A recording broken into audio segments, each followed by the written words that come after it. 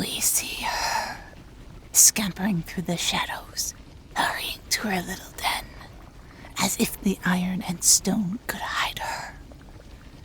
Curse them. Curse all their skittering, whispering kind. We hate them, their filth, their songs, their cold, pale, empty light. For their theft we will steal. For their death we will kill. For their waste poured endless, we will drown them with hate forever. Though they take the others, they will never have us. We will never forget.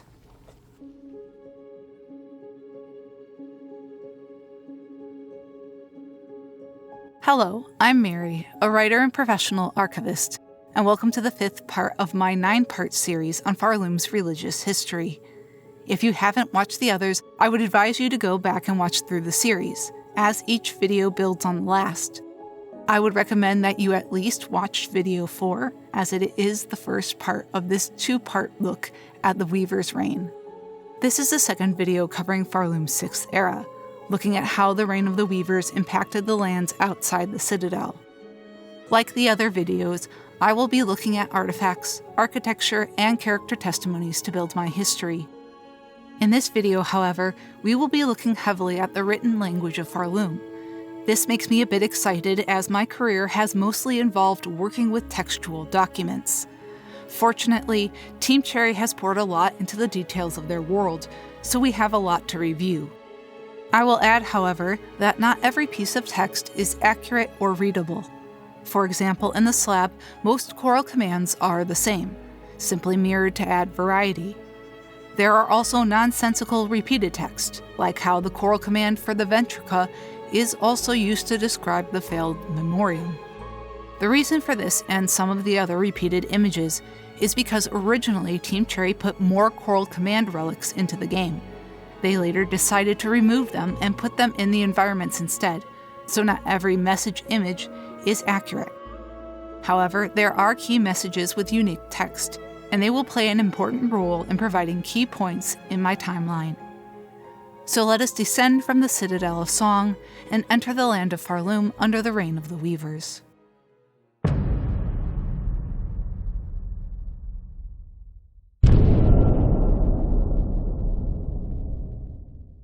If you remember my last video, I talked about how I wasn't sure that the Weavers created the bell shrines, benches, or even the doctrine of the judges.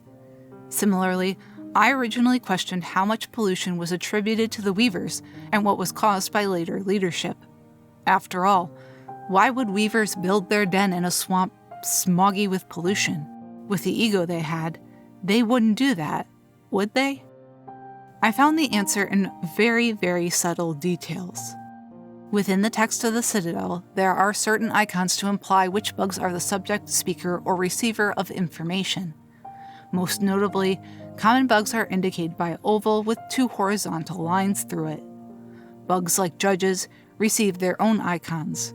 The Citadel and conductors are signified by the icon of the cocoon in the arch, which is roughly a circle with horizontal lines set in a curve. Amongst themselves, the Weavers are sometimes indicated by 3 pairs of eyes, but most oftentimes, in public writings, as well as their own, communicated by a circle with a vertical line down the center.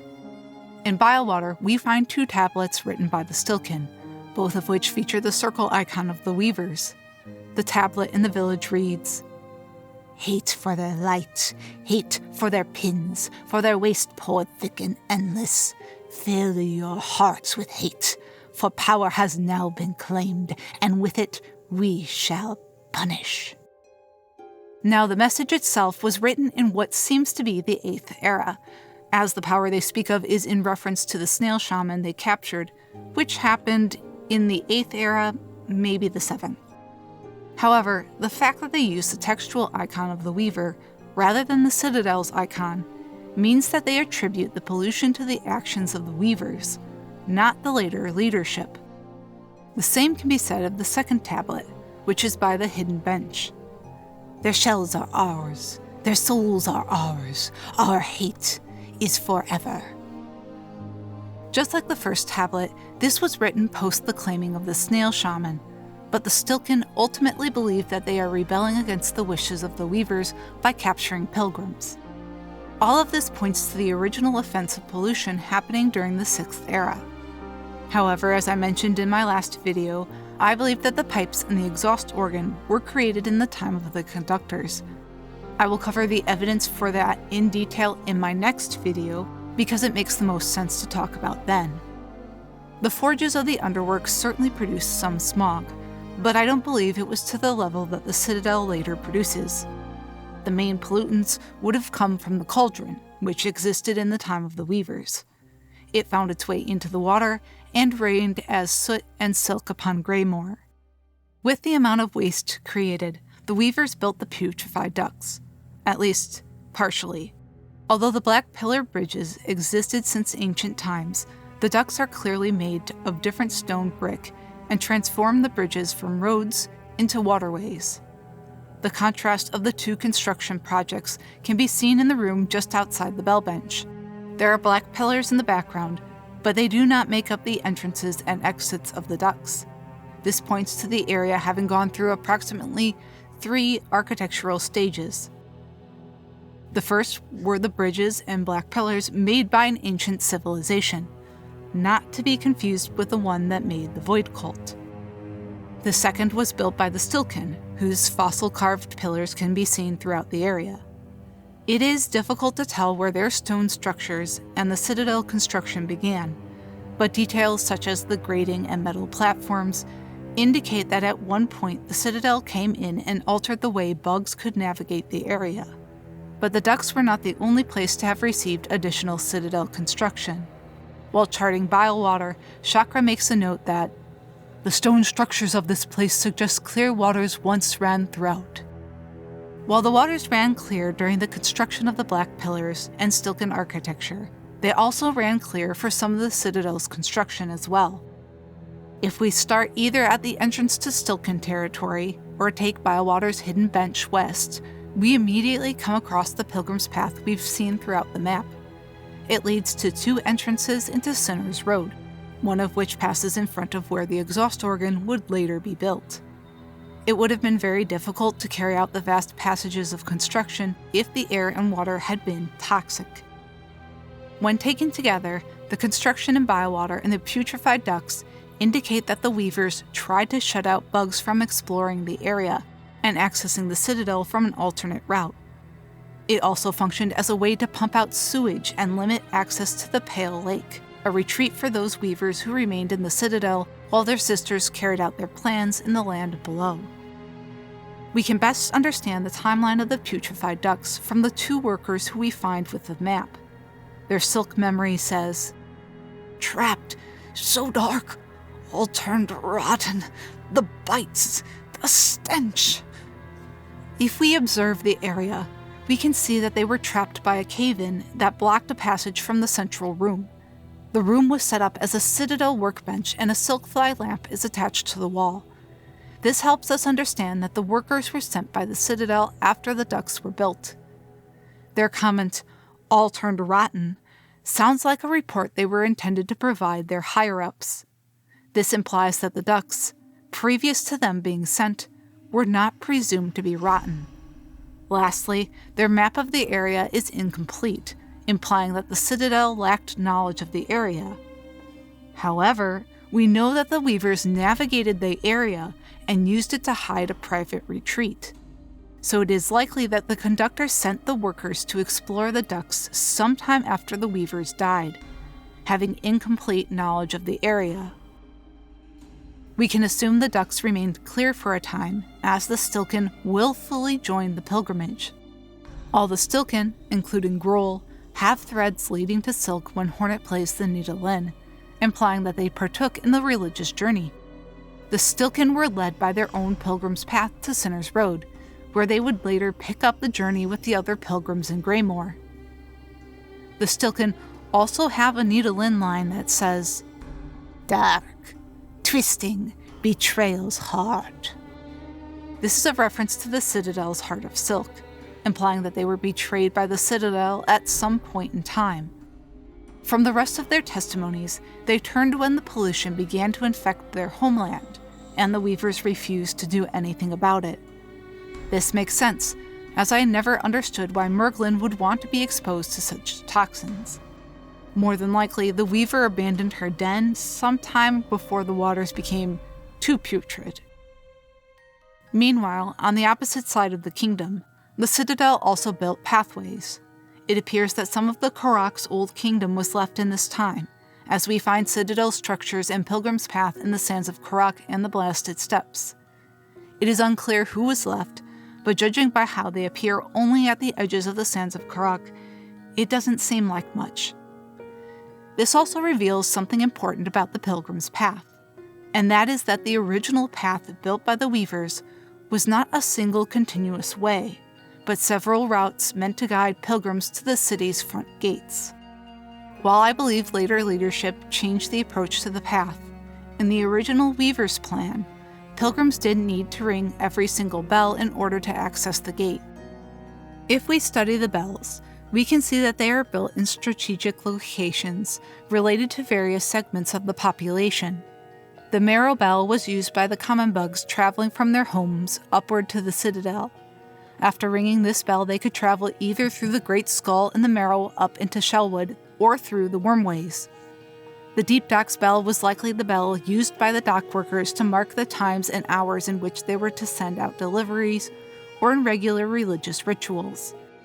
The dock workers were loyal and could guarantee the bell sounded regularly.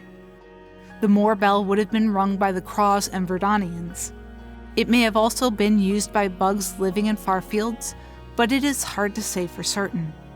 The Shellwood bell would have been run by the pilgrims coming from the upper moors and Bylewater, along with the Craws and Verdanians who used that route. Lastly, the shrine in Belheart was likely used by the inhabitants and/or passerbys for religious rituals and those departing Belheart through Shellwood through the northern path. Because there is no bell in the path of the Karak, it is very likely that they were so few in number by the time the citadel was built that the weavers could not rely on them to provide enough pilgrims to ring the bell. These routes clearly changed in later eras, for reasons I will discuss in later videos. The Pilgrim's Path architecture shows up in one other surprising spot, and those are the passages leading to Nyleth's shrine. In addition, the sign on the shrine matches the style and relative age of the sign at the start of the Blasted Steppes. These date the agreement made between the Citadel and Nyleth for the pilgrim's safety as happening in the rule of the Weavers. Most likely, when Silk went to sleep, Nyleth's power was no longer restrained. We see similar dynamics among the gods of Hollownest, where pale beings such as the White Lady overpowered other higher beings like Un and took control of her land. The Weavers could not compete with Nyleth's powers, and as such, chose to appease her through the building of a shrine. Nyleth's shrine is quite elegant, made of glass and fine arches of bronze. The stonework of her fountain is also quite impressive. The chapel maid has this to say about it. "We'd heard the Citadel once made a grudging accord with that creature, sent their servants in reverence, even built up a shrine there somewhere." While most of this is true, the Weavers did not revere Nyleth in the way the chapel maid claims. Certainly they gave her honor through the shrine and architecture, but we know that Seth stands guard over the shrine, hindering most visitors. He tells Hornet that he is the last bound to protect it, implying that he was not the only one who stood watch over the shrine when it was initially built. But the greatest way in which the Weavers disrespected their agreement with Nyleth comes out in their religion. Remember how I discussed Kilal, Weaver of the Path, in my last video? Her effigy has a prayer that gives us insight into how the Weavers treated Nyleth. Scrounge's description of her artifact reads, "Carving of Kilal, Weaver of the Path. A prayer is etched upon it. Blessed Weaver, Lady of Grace, you who see our sin, our frail shells, our voices weak, and still offer your protection. How great your mind to care so much for ones so lowly." In addition, beneath her Shellwood spire is a rune tablet that reveals this epitaph when Hornet plays the needle in. Sister, spider, husk-bound a branch, watch over these bugs passing safe, warded by fear, no longer your meal. So Keelall was the weaver of the path who watched over those passing through Shellwood. There is just one problem with that. Inside Nyleth's shrine, before the fountain, is a sign that reads, "Here we honor the seed that sprung the wood. By her grace, may all bugs pass safe to join us and our song." Although the weavers satiated Nyleth and her followers with a shrine, the truth is that they never really wanted to honor her. Just as they twisted the religion of their mother, so they adapted the doctrine of another higher being to secure their own worship. The result is a shrine that Hornet describes as forgotten. But Seth says, "Some things may be hidden, but never forgotten. The shrine remains to remember the wood's first seed, her that once was and always is." Indeed, various plant creatures around Shellwood all sing about sleeping and a voice calling out to wake. Even Sister Splinter says, other, sleeping deep." It appears that the weavers got away with their betrayal because, like their mother, Nyleth entered a slumber and was none the wiser to what they had done. Although we only have 3 effigies, there is evidence of more deified weavers. Because the Citadel began to use silk and forge more metals, soot and silk began to rain on Greymoor, gradually killing off the vast farmland. This shift would have forced the gradual conversion of farmers into silk catchers. Upon being forced to trade their scythes for spiked catches, the farmers of Greymoor built the Chapel of the Reaper to recall their old land and occupations. Recognizing this loss, the weavers, being the kind souls they were, decided to create a patron god for the moorbugs, and eventually erected a spire in the far east of Greymoor. While her name has been lost to time, it cannot be coincidence that the weaver who teaches Hornet Threadstorm appears to reside in a land drenched by an endless storm of silk threads. It is both advantageous and cruel, and understandable why the Citadel eventually had to breed Moorwing to keep the former farmers from fleeing. The weavers stripped away their entire way of life. Instead of sustaining the land and themselves, the moorbugs made a living gathering the refuse of the city above, whose pilgrims now trampled the soggy, slick earth where their fields once grew. With the farmlands completely destroyed and the eastern waters infested by maggots, some moorbugs were chosen to raise muck roaches for food, a brilliant little form of recycling on the part of the weavers. This stretch of caves became known as Sinner's Road. I initially interpreted it as a form of a penal colony, where bugs were sent as punishment for lesser crimes than the slab, though there is no dialogue indicating this. Not to mention, we can find a smaller version of the slab in the Marrow, making it unlikely that Sinner's Road was used as a penal colony. And yes, I really did think Team Cherry created a penal colony crawling with weird giant crocodile creatures. Don't blame me for the Australia joke, it wrote itself. I just read the punchline. Digging deeper into the text led me to a slightly different conclusion. Disgraced chef the Goalie originated from the caves in Sinner's Road before becoming a Citadel chef. Most of the bugs are also very faithful to the Citadel and their duty to guarantee that none shall starve. While I will talk more about crown iconography in later videos, in short, they appear to be marks of honor and guardianship. The spiked crown adorning the entrance to Sinner's Road also appears on the head of the massive roach keepers who sing that none shall starve. So it seems that the roach-keeping bugs of Sinner's Road held positions of honor, despite the fumes and filth. The only bugs with questionable devotion to the Citadel are Krull and Benjen, who seem like a pair of absolute scoundrels with more than a few vices to their name. But I think that the reason for the devotion of these bugs comes in the fact that they are raising food for others. Remember, the bugs of Greymoor were once farmers, and Krull and Benjen refer to themselves as moorbugs, implying that they are descended from the same civilization. However, Unlike the farmers in Greymoor, who were subjected to picking up filth, the bugs in Sinner's Road were given the opportunity to essentially farm again, though with livestock instead of plants. Even Styx is internally called in code grub farmer. This is likely why they are more devoted to their work than the other moor bugs, even when faced with abundant filth. If this is true, why is the area called Sinner's Road? Well, some prisoners were held there. The Greed Prince was held there for years, but I think that its name comes from a greater change that happened in the land. Due to the increased pollution of their homeland, the Stilken likely abandoned their pilgrimages when it reached a high toxicity. So Sinner's Road might have been named for the fact that it was the road originally taken by the tribe who later abandoned their faith. In addition, there is a chance that in future eras, some bugs tried to sneak in via the exhaust organ. Biowater features a number of pilgrim corpses. While they might have simply been lost, it is more than possible that they were trying to find an alternative way into the Citadel that didn't lead them past the judges. In fact, the barbed bracelet is found on a pilgrim's corpse in Sinner's Road.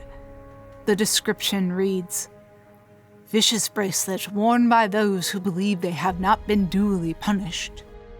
We don't know whether the pilgrim wore the bracelet before they fell into the pit, or if they made it afterward, but I do not think it is coincidence that we find a guilt-ridden pilgrim on Sinner's Road.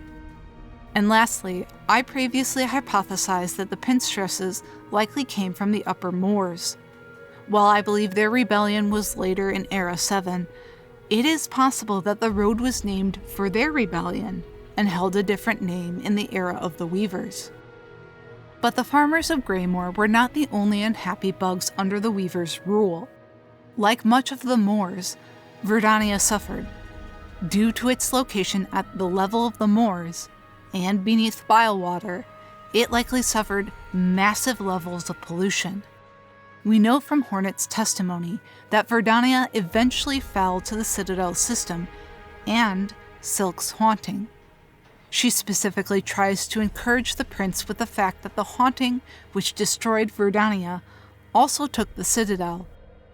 Between this and the location of the Moorbell, I think we can say with confidence that Verdania took part in the pilgrimages. The introduction of Silk through the environment and the pilgrims would have made it an easy target for the haunting, and is probably why it fell before the Citadel did. If this is true, when was the Green Prince locked up in Sinner's Road? On one hand, the Weavers made it a point to silence the truth about their mother's existence, so it would make sense that they might try to destroy or imprison the older members of society who knew the truth. However, the more I look at the testimony and evidence surrounding Verdania, the more I'm convinced that the Green Prince and his partner most likely didn't know about Silk's existence until the haunting. Because they likely were holding out against Khan, they might have had a distant and tolerable relationship with the Weavers that was later replaced with ire once the Citadel was built. They likely did not know that Silk was a god, and thus interpreted history through the Weavers' later narrative that they were born from the heart of Silk. Whether or not they believed they were actually gods, I don't think they did. At least, this is the solution that makes most sense to me.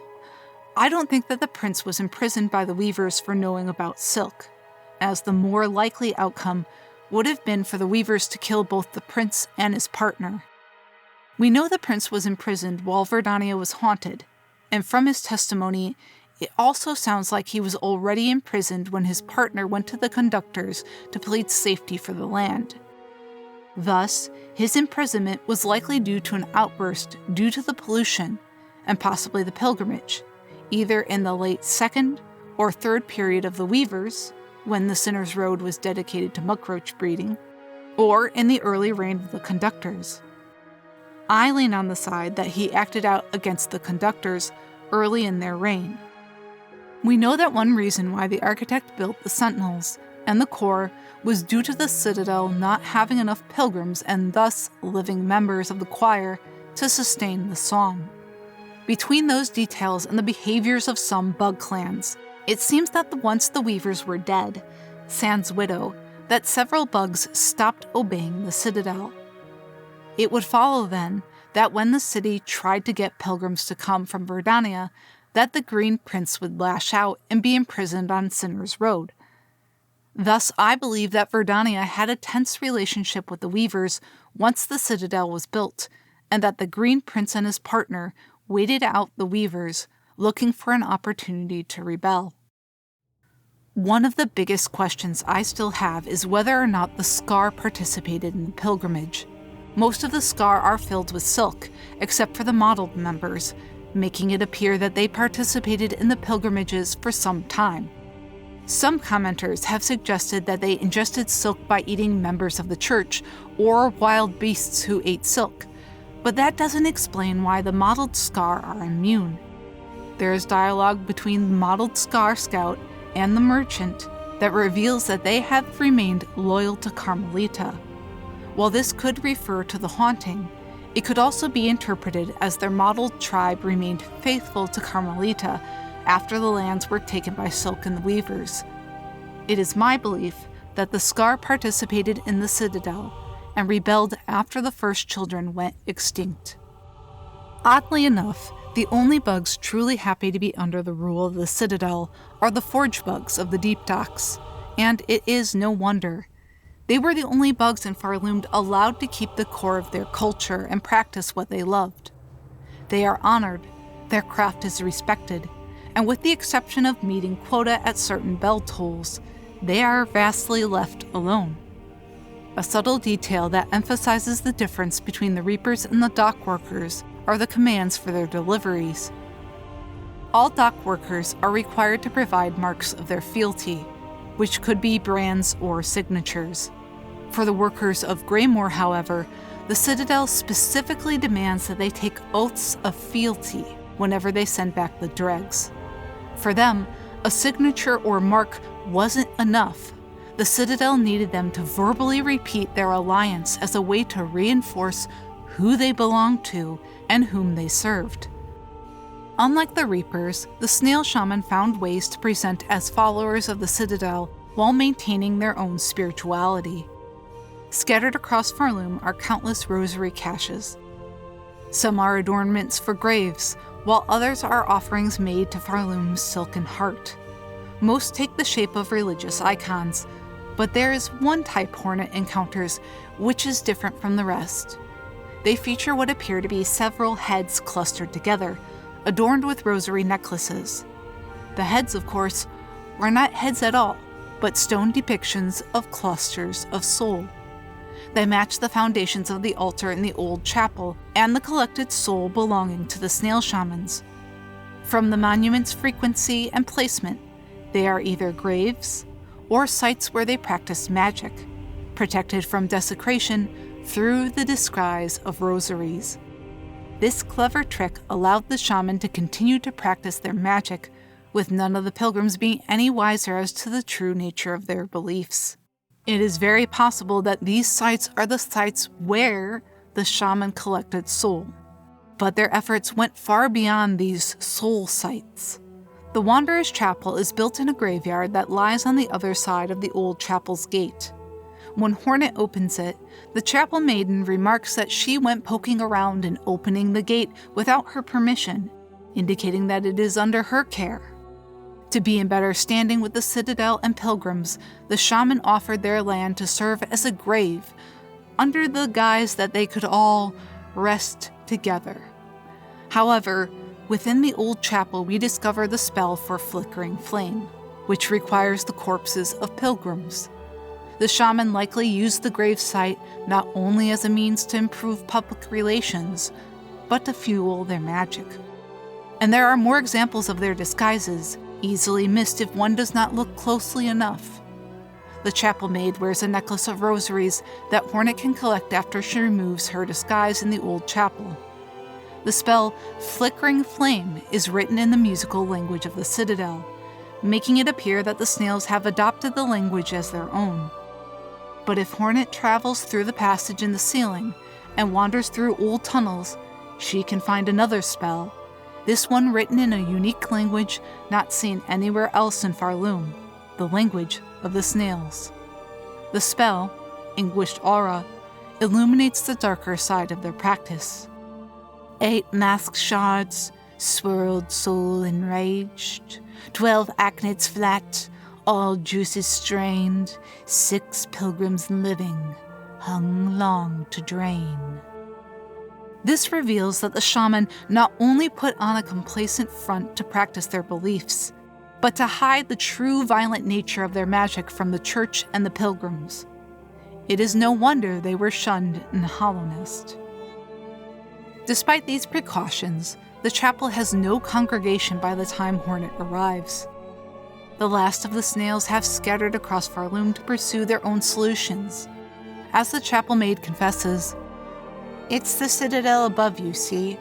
Even now, in Pharloom's long decline, the simple bugs, they're witless before it. Too grand, too majestic, too powerful.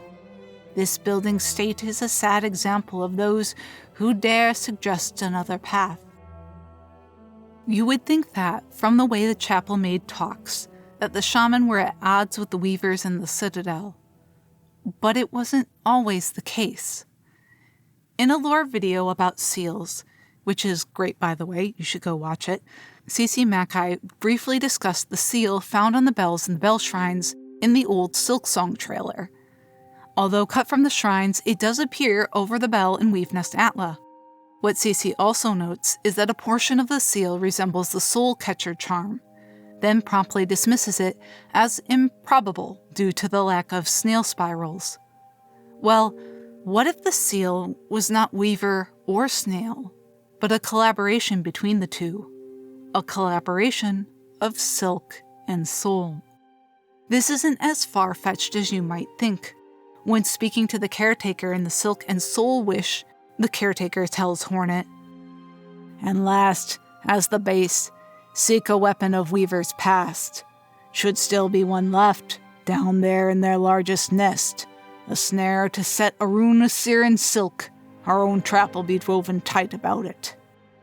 How could the caretaker have known that A, the snare setters existed, B, which den it was in, and C, that the weavers had made several, and that there should still be one left? I believe that likely the weavers turned to the shaman for help. This included several attempts to snare their mother, all of which failed and eventually led them to flee and prepare the way for one to come after. I suspect that the bell seal functioned partially like a soul catcher, since the bell appears to release soul when it is rung. The snail shaman part of the rune would passively catch soul and store it to later release when it rang. And yes, the 4 shaman we see were likely alive in those ancient times. A strange trait about the shaman's magic is that once they build an ancestral mound, the caretaker never leaves. They are bound to it forever. This is why the chapel maid has stayed so close to the old chapel for all these years. She is the shaman bound to the mound, so it is likely that she did not help them as much in the process, which could explain why she is so willing to push against the Citadel when the others are more lax. Her family members and the weavers all gave up or fled Pharloom, but she wants to save it. It's no wonder she is so cordial with Hornet. Examining the fates of her family, we can see why she speaks so lowly of them. The Bell Hermit fell into pessimistic fatalism and isolated himself into the Bellways. The caretaker worked directly with the weavers and took over the first shrine. While he certainly speaks with spite over what the Citadel became, he played some role in its creation and has spent years sitting back, waiting, and watching it fail. However, their cousin appears to have grown sick of the weaver's plot and, in either Era 7 or 8, sought the help of the Stilken to take the Citadel down. To the chapel maid, his fault was getting killed in the process. When the snails failed to provide weavers with solutions, they too turned their fixations to the depths of Pharloom. They dabbled in the void, particularly Weaver Absalom, whose spire exists deep in the abyss. Hornet's conversation with Ballo confirms that other bugs also descended into the abyss, likely to help with the weave nest's construction. It is hard to say whatever became of them. So the weavers sought the wisdom of the only higher being in Pharloom they had not offended, Faithorn, a deadly and unpredictable god. The creature did not ease their plight, and after years of research, invention, and rune weaving, the weavers found no power capable of defeating their mother. So as the last of the weavers fled Pharloom, the remaining weavers established new leadership for the church and died, leaving other bugs to keep their trap in place. This matches the epitaph written on the rune harp below Comora's spire. If Hornet plays the needle in, the Pilgrim sign will fall off and reveal weaver runes which read, "Sister, spider, husk-bound to moss, watch over these bugs born low, raised up by fervor fostered, born and caught within our web unknowing." In the same way their mother chose to elevate witless bugs to build her kingdom, so the weavers turned the bugs of Pharloom into witless slaves generation after generation after generation. The final words of the weavers are found on a rune harp in the possession of Ballador's corpse in Act 3. "Sisters, spiders, the burden is past. These simple bugs shall bear it full, never to cease, never to silence. We shall die and wait and pray that one may come of silken strength enough to weave us free."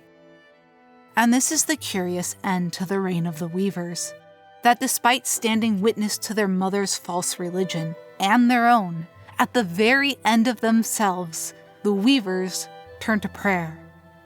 But to what? To whom? There are no higher beings for them to cry to, no magic that can rival their own. Their prayer is an existential plea into the world in hopes that somehow, somewhere, there is a God willing to look past their sins and aid them. I can't help but wonder, what would the Weaver of Rage do if she discovered that her sisters in her absence had twisted her identity back into divinity? Would she have turned her fury upon Silk or her sisters? One can only guess, but it is a curious thing that the rise of Silk began with a lie about Atla's creation, and that the Weaver's religious web was founded partially upon a lie about Atla's death. Unfortunately for Pharloom, the lies wouldn't die with the Weavers.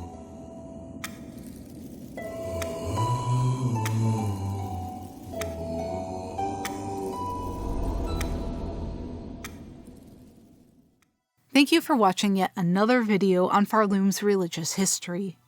If you enjoyed it, phantom descend that like button, and share it with other Hollow Knight fans. I still have a few more eras to go, so if you want to hear my take on Pharloom's later history, be sure to subscribe. What are your thoughts about this history? And I have to ask, what do you think about the Weavers? They are certainly cool in their own way, but man are they scumbags. You realize that Hornet won the lottery with Hera, Vespa, and the White Lady because another Weaver could have really turned her into a completely different bug. Leave your thoughts and your theories in the comments, and stay tuned for more. Thank you for visiting the Aether Vivarium.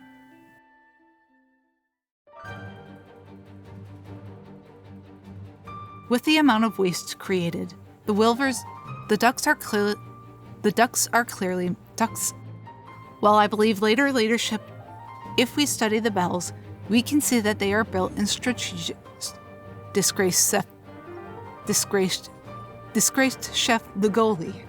Unlike the farmers in Greymoor who were subjected to pilking, this one written in a unique language not seen anywhere else in Pharloom, the language of the snail shaman. Me. Oh, me. Pashanka. Hey. Ada, ho. Oi. And last, as the bass. Oi. Oi! Oi! Oi! Our own trap will be... Should still be one left. Down there in their largest nest. A snare, a set, a rune, our own trap will be woven tight about it.